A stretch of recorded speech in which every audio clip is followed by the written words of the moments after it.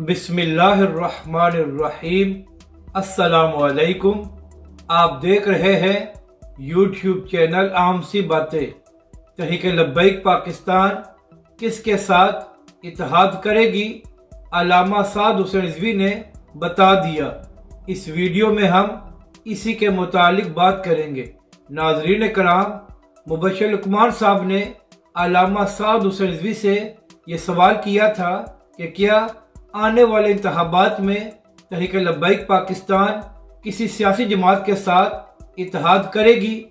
तो इसके जवाब में तहरीक लब्बैक के सरबरा अल्लामा साद हुसैन रिजवी ने कहा कि हमारे नज़दीक ये तमाम सियासी जमातें गलत हैं और इन्हीं की वजह से पाकिस्तान की ये हालत हुई है। तो इसलिए सवाल ही पैदा नहीं होता कि हम किसी के साथ इत्तेहाद करें या किसी के साथ समझौता करें। अल्लामा साद हुसैन रिजवी ने कहा कि अगर हमें 100 इलेक्शन भी लड़ने पड़े तो हम लड़ेंगे, लेकिन हम इन लोगों के साथ कभी भी इत्तेहाद नहीं करेंगे।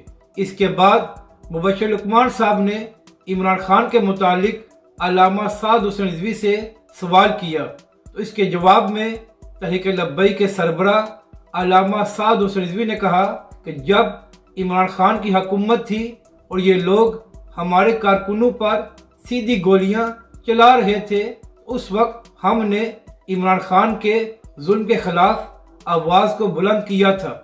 लेकिन इस वक्त इमरान खान की हुकूमत और ताकत ख़त्म हो चुकी है और वो खुद सड़कों पर हैं। तो इसलिए अब हम इमरान खान के बारे में ज़्यादा बात नहीं करना चाहते। इसके बाद तहरीक लब्बैक के सरबरा अल्लामा साद हुसैन रिजवी ने कहा कि अब हमारी तनकीद मौजूदा हुकूमत पर होगी, क्योंकि तमाम इख्तियारात उन्हीं के पास हैं।